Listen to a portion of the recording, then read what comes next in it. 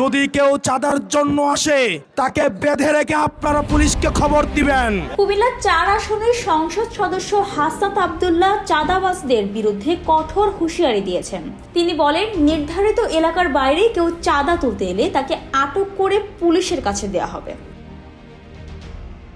গত মঙ্গলবার শপথ গ্রহণের পর রাতে নিজ নির্বাচনী এলাকায় এসে ক্ষুদ্র ব্যবসায়ীদের সঙ্গে মতবিনিময়কালে এসব কথা বলেন তিনি জানান, দেবিদ্বারে কোনো চাঁদাবাজের ঠাঁই হবে না এবং আইন শৃঙ্খলা রক্ষায় কঠোর ব্যবস্থা নেওয়া হবে। এ সময় তিনি অভিযোগ পান, নির্ধারিত সীমানার বাইরে চাঁদা তোলা হচ্ছে। বিষয়টি জানতে পেরে এক ইজারাদারকে মোবাইল ফোনে সতর্ক করেন তিনি বলেন, কাঁচা বাজারের ইজারা নেওয়া থাকলে শুধু নির্দিষ্ট বাজার এলাকার ভেতরেই টাকা তোলা যাবে, এর বাইরে চাঁদা তুললে আইনি ব্যবস্থা নেওয়া হবে। ব্যবসায়ীদের উদ্দেশ্যে তিনি বলেন, যদি কেউ নির্ধারিত এলাকার বাইরে চাঁদা নিতে আসে তাহলে তাকে আটক করে পুলিশে দিন। দেবিদ্বারে কোনো চাঁদাবাজের জায়গা হবে না। তিনি আরও বলেন, চাঁদাবাজদের আশ্রয় প্রশ্রয় দিলে তাদের বিরুদ্ধেও ব্যবস্থা নেওয়া হবে।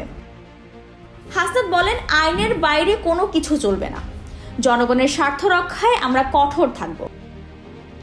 উল্লেখ্য, শপথ নেয়ার পরপরই নিজ এলাকায় ছুটে যান এমপি হাসনাত আব্দুল্লাহ। তিনি বিভিন্ন গ্রাম পরিদর্শন করছেন এবং নির্বাচনী অঙ্গীকার বাস্তবায়নের আশ্বাস দিচ্ছেন।